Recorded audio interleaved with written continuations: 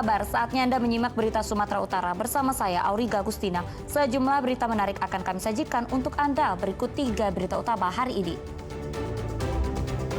Sopir tak lihat jalan berlubang karena tertutup genangan air. Truk muatan minuman botol terbalik. Wakil Menteri Pariwisata Nilu Puspa hadir di acara wisuda Politeknik Pariwisata Medan apresiasi para wisudawan. Medan jadi sorotan dunia bulu tangkis internasional.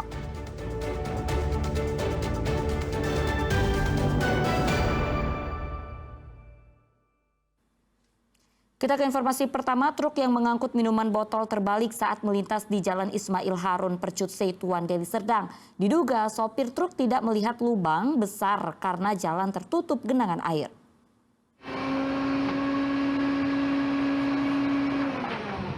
Jalan rusak di Kecamatan Percut Seituan, Deli Serdang kembali memakan korban. Truk yang melintas terbalik karena diduga sang sopir tidak melihat lubang yang tertutup genangan air. Ban depan truk terjebak lubang besar sampai akhirnya truk oleng ke kiri dan terbalik. Sopir truk selamat namun ia rugi puluhan juta rupiah untuk memperbaiki kendaraan yang rusak. Jalannya kan begitu dalam lubangnya dan kita pun posisi mobil tadi udah ngangkat kian, jadi buang ke samping dia, Bang. Itu kondisi ini terjadi karena memang jalan berlubang ini, Bang? Iya, Bang. Lubangnya apa? Ada batu trotoar besar itu.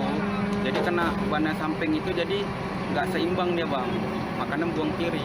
Sangat dalam berarti lubangnya, Bang? Iya, Bang, dalam, Bang. Bang, ini sering... Menurut pengakuan sang sopir, kecelakaan bukan baru kali ini saja. Jalan rusak yang telah didiamkan tanpa perbaikan selama 3 tahun ini banyak memakan korban. Bahkan ada yang meninggal dunia. Jalan Ismail Harun sering dilalui kendaraan karena merupakan jalan penghubung antara Deli Serdang dan Kota Medan. Namun mirisnya meski banyak dilalui kendaraan, jalan ini belum juga diperbaiki. Warga berharap pemerintah lebih peduli terhadap jalan rusak di Deli Serdang agar tidak lagi jatuh korban jiwa. Muhammad Hamdani melaporkan dari Deli Serdang. Ya, angin kencang disertai air laut pasang di Tapanuli Tengah merusak sejumlah rumah warga di Kecamatan Pandan. Warga yang terdampak terpaksa mengungsi untuk menghindari resiko yang lebih besar.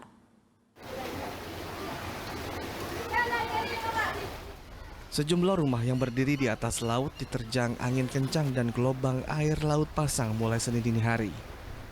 Beberapa rumah rusak, bahkan ada yang hampir ambruk akibat diterjang ombak.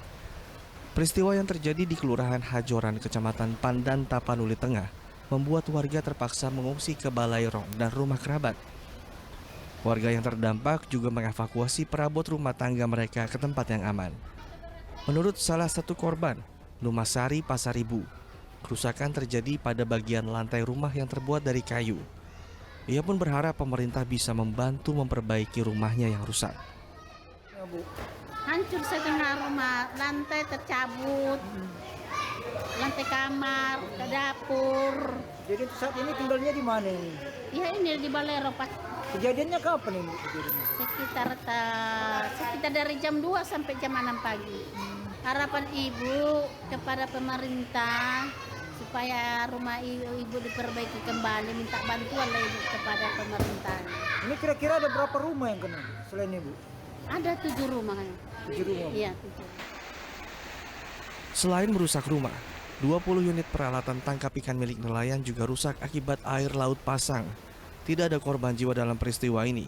Pemerintah Kabupaten Tapanuli Tengah telah membangun tenda darurat di dekat lokasi bencana untuk para korban. Rizky Ramadan melaporkan dari Tapanuli Tengah. Ya, Kejaksaan Tinggi Sumatera Utara menetapkan tersangka baru atas kasus jual beli aset milik PT Perkebunan Nusantara Regional 1. Ia adalah Direktur PT Nusa 2 Propertindo Iman Subekti yang berperan sebagai pemohon pengajuan hak guna bangun atas lahan seluas lebih dari 8.000 hektar.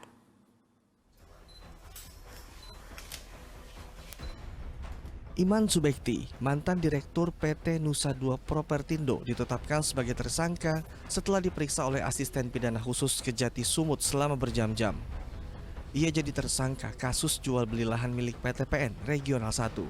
Dalam kasus tersebut, Iman berperan sebagai pemohon yang mengajukan hak guna bangunan atas lahan seluas lebih dari 8.000 hektare yang sebelumnya berstatus hak guna usaha PT PN2. Pengajuan itu dilakukan secara bertahap pada tahun 2022-2023. Terdapat 2 alat bukti yang diamankan penyidik, namun Kejati tidak merinci adanya praktik suap menyuap antara pengusaha, pihak swasta maupun PT PN untuk memuluskan perubahan status lahan yang dialihkan. Pada masa jabatan tersangka IS selaku Direktur PT NDP telah mengajukan permohonan hak guna bangunan atau HGB atas beberapa bidang tanah yang berstatus sebagai hak guna usaha PT PN 2. Permohonan tersebut diajukan tersangka kepada Kepala Kantor Pertanahan Kabupaten Deli Serdang secara bertahap. Sebelumnya Kejati menetapkan 2 mantan pejabat Badan Pertanahan Nasional.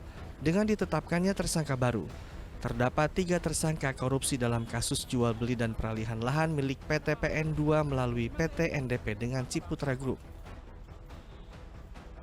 Muhammad Hamdani melaporkan dari Medan. Ya, belakangan ramai kasus anak mengalami reaksi alergi usai mengkonsumsi roti mengandung gluten. Padahal toko yang memproduksinya tersebut mengklaim gluten free atau bebas gluten. Lantas, mengapa gluten termasuk golongan yang tidak mampu dicerna bagi sebagian orang? Infus informasi untuk sehat mengemasnya berikut ini.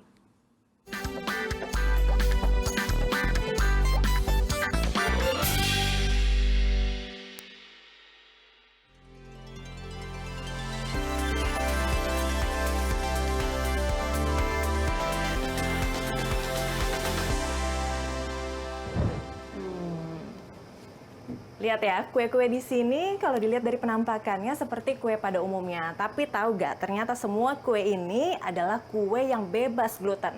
Bagi sebagian orang, mengkonsumsi makanan apa saja sih nggak masalah. Tapi sebagian laginya harus memperhatikan nih komposisi ataupun bahan dari makanan yang ia konsumsi agar tidak menimbulkan bahaya bagi tubuhnya. Gluten merupakan sejenis protein yang bersumber dari gandum dan jelai atau barley yang bisa kita temukan pada berbagai produk olahan makanan. Antara lain roti, pasta, hingga biskuit. Ketika dijadikan tepung lalu dicampur air, gluten menjadi semacam perekat yang membuat adonan elastis, mudah mengembang saat dimasak dan kenyal. Meski aman dikonsumsi, tapi tak semua orang bisa mencernanya. Ya, bagi sebagian orang, gluten malah memicu masalah kesehatan. Seperti orang yang punya intoleransi gluten, punya alergi gandum, dan orang dengan penyakit seliak atau autoimun kronis. Ada yang memang kondisinya menjadi serius sekali, kondisi autoimun yang kita kenal dengan penyakit seliak, tapi ada juga yang non-celiac gluten sensitivity. Nah, kalau yang seperti itu memang lebih kepada gejala pencernaannya. Jadi ketika mengkonsumsi gluten, itu ada reaksi pencernaan di mana glutennya ini tidak bisa diolah dengan sempurna. Sehingga kemudian timbul gejala pencernaan seperti kembung, diare, bisa juga sembelit, kadang bisa sampai sakit kepala, sakit perut, dan sebagainya. Bahkan reaksi alergi yang cepat dan parah hingga berujung kematian bisa dialami seseorang yang didiagnosis harus menghindari gluten. Salah satu kasus ruam dan bengkak sebagai respons tubuh akibat konsumsi roti mengandung gluten adalah yang menimpa seorang anak berusia 17 bulan baru-baru ini. Kini sang bocah balita yang mengalami alergi berat masih dalam proses pemulihan. Cermat memeriksa komposisi makanan merupakan bagian dari bentuk pencegahan. Pastikan pula tepung yang digunakan dalam olahan makanan bebas gluten, termasuk olahan roti. Kalau misalnya kita lihat secara visual itu memang nggak terlalu kelihatan ya, apalagi produknya itu bentuknya kue atau cookies. Tapi kalau di roti itu pasti jelas lebih terlihat bedanya dari segi tekstur dan warna. Biasanya kalau yang non gluten itu lebih pucat. Alternatif penggunaan tepung dari terigu ke tepung non gluten tentu mempengaruhi karakteristik penganan. Wah, ini nih yang menjadi kunci dari produk olahan gluten free atau bebas gluten. Ada bubuk almond, tepung maizena, dan juga tepung campuran yang berisi tepung tapioka, tepung almond, dan juga tepung maizena. Nah, ini sudah ada 2 chiffon cake yang mengandung gluten dan juga bebas dari gluten. Kalau penampilannya memang tidak ada bedanya, sama-sama menarik. Yang bisa kita bedakan pertama adalah dari teksturnya. Kalau mengandung gluten, teksturnya akan lebih bouncy dan juga elastis. Yang kedua dari rasa. Kalau bebas gluten rasanya akan menyisakan sedikit rasa tepung setelah kita makan. Diet bebas gluten saat ini jadi satu-satunya pengobatan utama bagi mereka yang tak mampu mencernanya.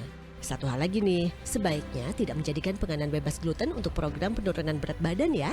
Sebab bagi yang tidak bermasalah, gluten justru jadi sumber protein nabati dan serat yang baik bagi tubuh. Agisa Febila dan Imam Rohman melaporkan dari Jakarta.